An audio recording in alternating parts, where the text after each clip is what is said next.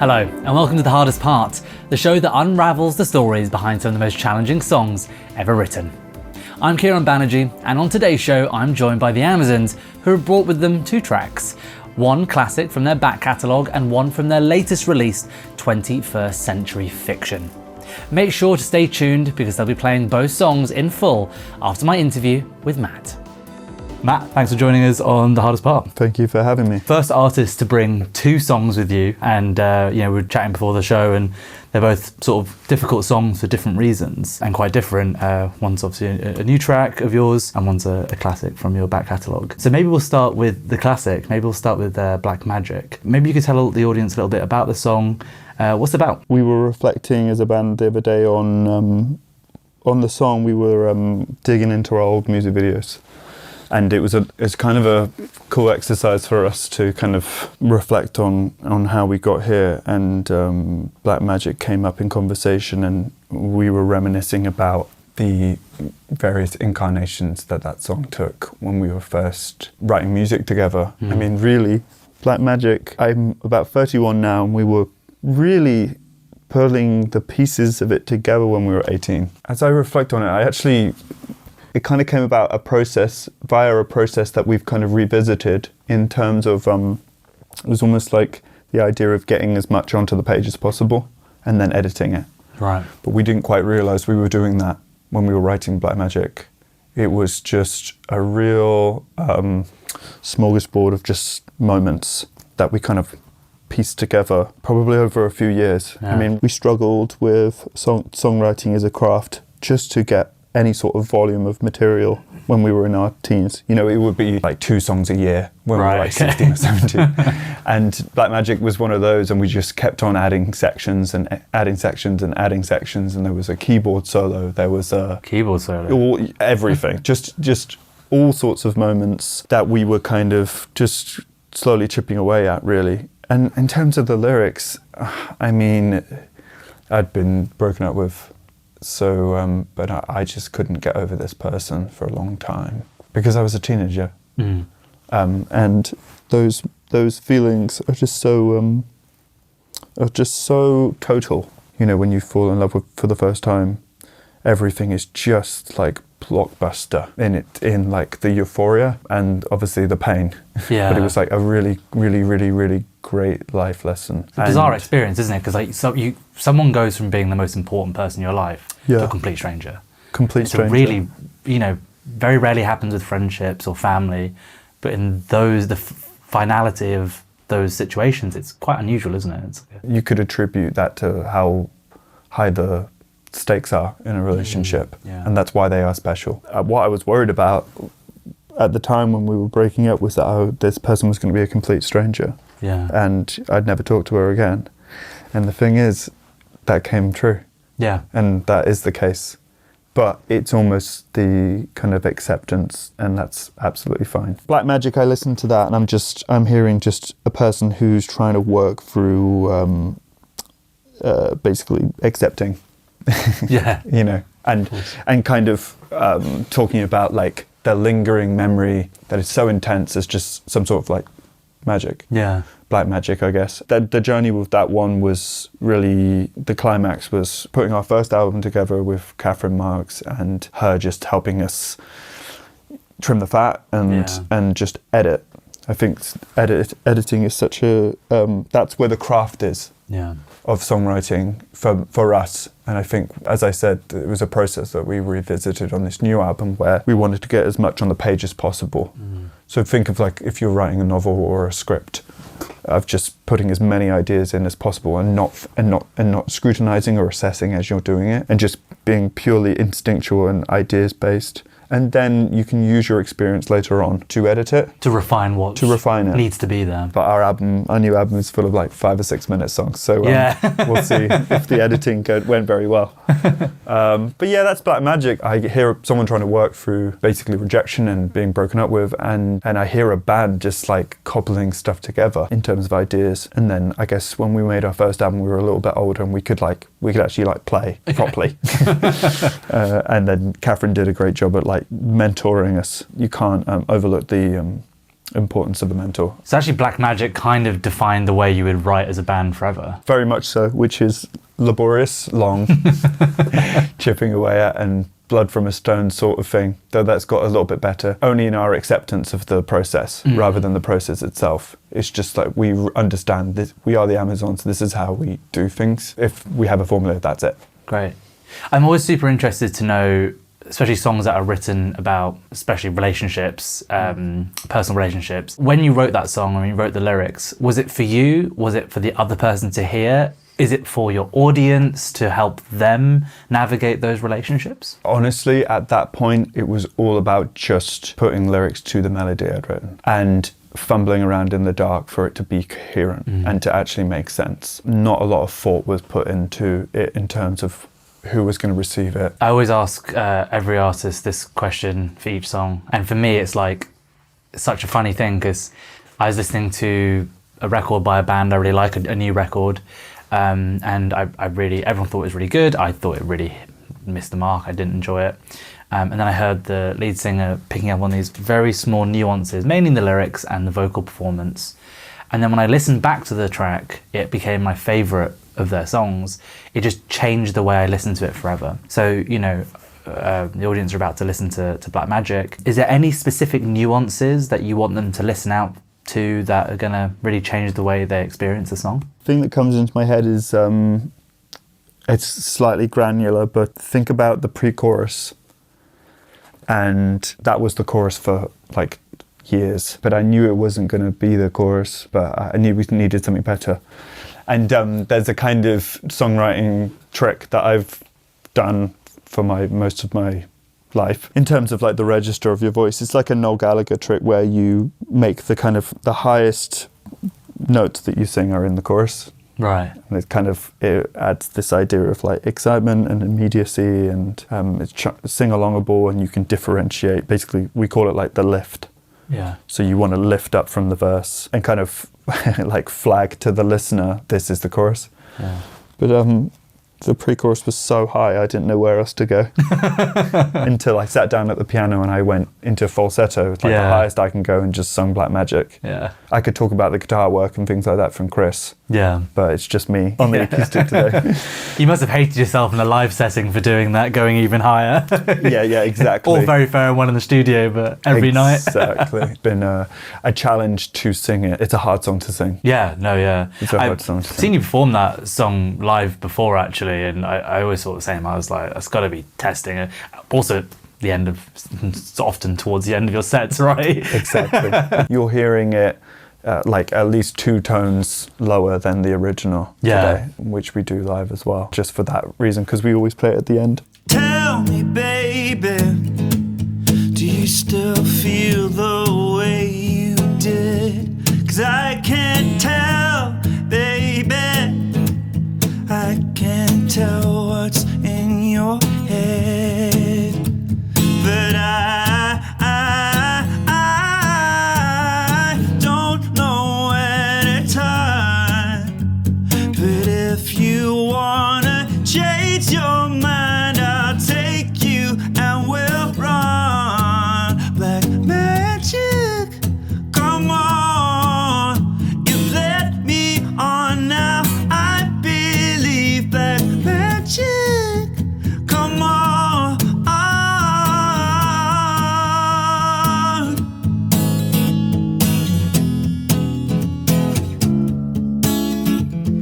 You know it's crazy, baby, I still see you in my sleep, and I can't shift the way you're always on my mind. But I don't know where to turn. But if you wanna change your mind, I'll take you and we'll run. Black magic, come on, you let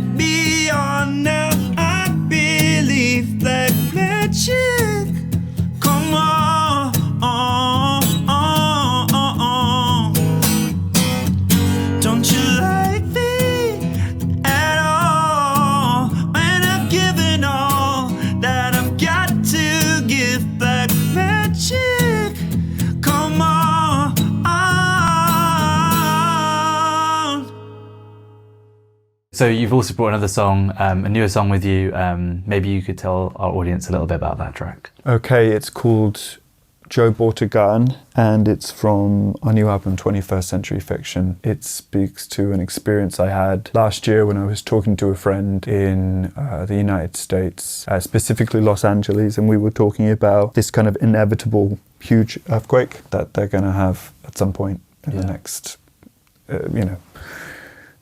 time frame. I listened to like a really dystopian podcast series. I think it was called The Big One, and it was about how, forgive the rudimentary terminology, but it was like the tectonic plates, whatever, underneath Los Angeles were like almost like a spring where they're really, really tight because they haven't had a release for at least 100 years. But they seem to think that they have really big earthquakes every 100 years or so, and Los Angeles is more than due one. It's like a fault line as well, right? That's right. Yeah. Oh, yeah. Is it the San Andreas fault? Yeah. Maybe? And we were talking about it, and he was talking about how worried he was going to be, not specifically about the earthquake itself, but the widespread anarchy and the fight for resources in the week or so afterwards. So he'd bought a gun. I couldn't believe that he'd kind of gone there. But that was a rational decision. Obviously, being an English person, Yeah. it's kind of out of our wheelhouse of coping mechanisms. Yeah. We don't go out, and if we're scared, we don't have the ability to go out and get a gun. Wouldn't actually help me either. I wouldn't even know how to load it or use it. For sure. It wouldn't even be a useful thing for me. What's confusing to me is the idea that bringing a gun into any situation could de-escalate it. I think that's a folly. I think it would only escalate it. Yeah, right? 100%, yeah. I was interested in the idea of what fear does to us, and seemingly out of character actions. Listen, everyone's afraid at the moment. Everyone's scared. It's only seemingly going to get worse. So it was just a meditation on what fear does to people and what lengths people will go to, especially men, I think. There has to be some element of fear behind that's driving and fueling a lot of the kind of manosphere, alt-right, bro, Andrew Tates of the world. And I think there's otherwise quote-unquote good people being driven to quite radical solutions, maybe, because they're afraid of something. Well, I think aggression, really, at the anchor of all aggression is fear. Right. And like, often people think that aggression comes out of nowhere. It's actually sort of mainly manifested by fear. And I think we're seeing that, especially in the world right now, where everyone's seemingly getting more heated about everything and going to these lengths because everyone's kind of fucking scared of like the mess that things seem to be in right now, right? It's turning people otherwise pretty calm to pretty aggressive sort of living beings. It's a really strange position to be in right now. It's happening all over the world. Yeah, it's kind of, Joe Bought a Gun is quite reflective of a lot of the themes I talk about on the record 21st Century Fiction. There's this kind of looming disaster, it feels like, whether or not we're in it already. There's a kind of tension that I wanted to capture across the record. In my personal experience over the last 10 years, I've really struggled with certain dimensions of masculinity, feeling like I'm failing to live up to certain standards of masculinity that are very much caricatured by the likes of Andrew Tate. Yeah, of course. And that kind of subset of bro culture. And Joe Bought a Gun is a kind of dimension of those themes, really. I might be reaching here a little bit. The track comes sort of towards the end of the record. Is there a logical sequence as to why why the songs have been ordered in that way? As we just discussed, this song is kind of about this, like, what has driven this person who I never thought would do this to do this. Is there a build up to that moment on the record? The song opener, Living a Lie, that I really wanted that to be set in the kind of dead of night and when you're kind of feeling hopeless. And then the end is it's climaxed by a song called Go All The Way, which I think is the kind of resolution after the storm has passed, hopefully. So everything in the middle is essentially the storm. Yeah. Joe Bought a Gun is after a kind of intermission, which is like we wanted to... Film has been a big influence on this record, more so than music, if I'm honest. sonically, there haven't been too many inspirations that we've been that explicitly chasing. It's been more just atmosphere and moods and stories and narratives that are influenced by film. So, for example, when I was writing Joe Bought a Gun, I was really inspired by my recollections of I think it's a Gus Van Sant film called Elephant that we watched at school, actually, about a school shooting. And I think in that vein of being influenced by film and other forms of fiction, theatre, scripts, all that sort of thing, we wanted to include an intermission, like a sonic intermission. And we collaborated with an incredible composer and string arranger called Quentin LaChapelle, and he formed this intermission kind of thing. And that's where Joe Bought a Gun that's the context in which it emerges on the album. Yeah, I guess same question again. Our audience is about to hear this track you just played for us. Is there anything you want them to specifically listen out for that's going to change the way they experience this? That's a good question. Well, ultimately the lyrics, if I'm honest, because when I think of Joe Bought a Gun, I think of the lyrics, which might sound strange, but there are many songs that the Amazons have written that I think about other things aside from the lyrics. I'm proud of setting the scene in the first. I kind of want it to play out narratively. I think the song where he buys the gun, and then I think by the third verse you understand what's going on, which is I wanted the lyrics to match the kind of aggression of the music. I like the lyrics on this one. Matt, thanks for joining us on The Hardest Part. Thank you.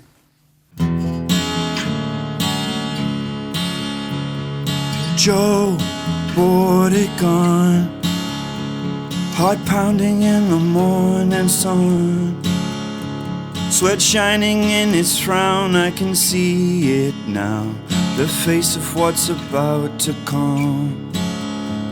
'Cause Joe had a dream, the earth was shaking, crumbling into the sea. And when the dust was settling, people lost their minds to sin. You're not the boy I knew from before, waiting for the wolves at your door. I can't reach you like I used to, and sooner or later it's all gonna come undone. Sooner or later you're gonna pull out that gun.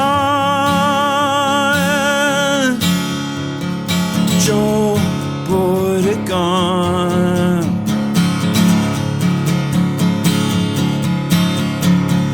Joe bought a gun.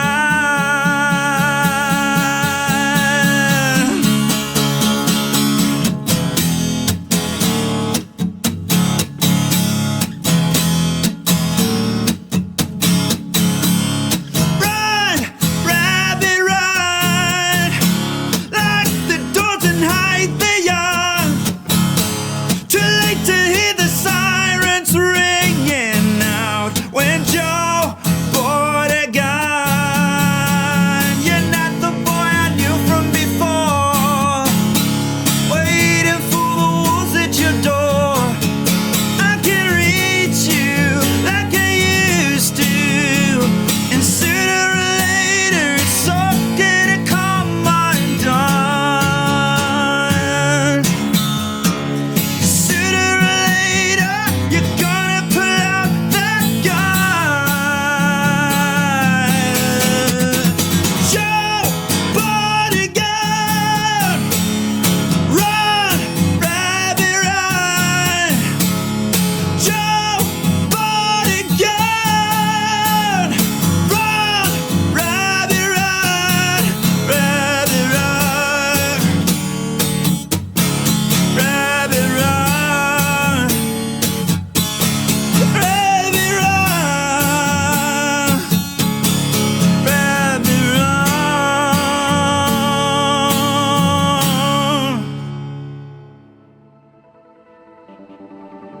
Thanks for tuning in to The Hardest Part. Make sure to leave us a review and subscribe wherever you get your podcasts. We're on all major platforms, including YouTube. Until next time, I'm Kieran Banerjee. Thanks for tuning in.